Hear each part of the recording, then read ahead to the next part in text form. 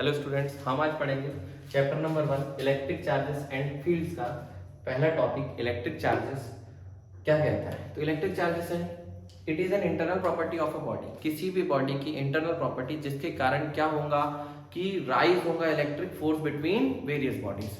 अगर कोई दूसरी बॉडीज है, जैसे कि मानो यहाँ पर एक बॉडी है ए, एक बॉडी है बी, इसके पास मानो कोई भी चार्जेस है, इसके पास कुछ चार्जेस होगा, तो क्या करेंगे ये बॉडी जब एक दूसरे के पास आएंगे तो इसमें क्या होगा, इलेक्ट्रिक फोर्स लगेगा। तो यही जो प्रॉपर्टीज होती है ये फोर्स किसके कारण होता है, ये चार्जेस के कारण होता है। इसको ही क्या कहते हैं, इलेक्ट्रिक चार्जेस। इलेक्ट्रिक चार्जेस होते हैं हमारे दो टाइप के। पहला होता है पॉजिटिव चार्ज। पॉजिटिव चार्ज मतलब डेफिशिएंसी ऑफ इलेक्ट्रॉन। कोई भी बॉडी है, मानो ये बॉडी है, इसमें कितने इलेक्ट्रॉन्स हैं, अगर इसने इस बॉडी ने इलेक्ट्रॉन को क्या कर दिया, डोनेट कर दिया, बॉडी ने इलेक्ट्रॉन को क्या कर दिया, डोनेट कर दिया। अब अगर बॉडी ने इलेक्ट्रॉन को डोनेट कर दिया, इलेक्ट्रॉन कैसा चार्ज कैरी करता है, नेगेटिव चार्ज कैरी करता है। इसका मतलब इस बॉडी में से नेगेटिविटी क्या हो गई है, डोनेट हो गई है। इसका मतलब इस बॉडी में क्या आएगी, पॉजिटिविटी। तो ऐसा चार्ज जिसमें क्या, ऐसी बॉडी जिसमें क्या करे, जिसमें क्या है, इलेक्ट्रॉन की डेफिशिएंसी है, उसको हम क्या बोलेंगे, पॉजिटिव चार्ज।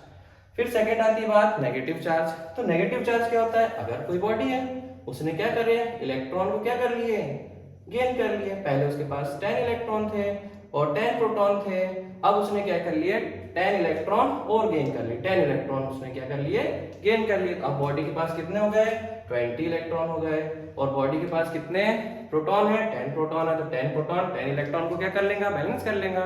बट बचे वाले 10 प्रोटॉन क्या करेंगे इसमें, और बचे वाले जो 10 इलेक्ट्रॉन है वो क्या प्रोड्यूस करेंगे इसमें, नेगेटिविटी। ठीक है, तो नेगेटिव चार्ज मतलब होता है किसी भी बॉडी में इलेक्ट्रॉन का एक्सेस अमाउंट। फिर बात करते हैं बेटा हम प्रॉपर्टीज ऑफ चार्जेस की। तो प्रॉपर्टीज ऑफ चार्जेस क्या होता है, पहली प्रॉपर्टी होती है एडिटिविटी। जैसे कि हम जानते हैं कि चार्ज कैसी क्वांटिटी होती है, स्केलर क्वांटिटी होती है। चार्ज होती है स्केलर क्वांटिटी।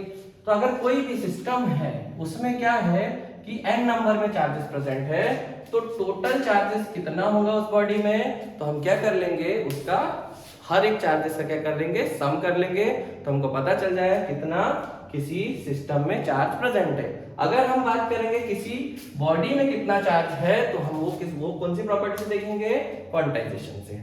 तो क्वांटाइजेशन क्या कहता है बेटा, क्वांटाइजेशन क्या कहता है कि total charge on a body is an integral multiple of elementary charge. तो एलिमेंट्री चार्ज कौन सा होता है, तो इलेक्ट्रॉन होता है।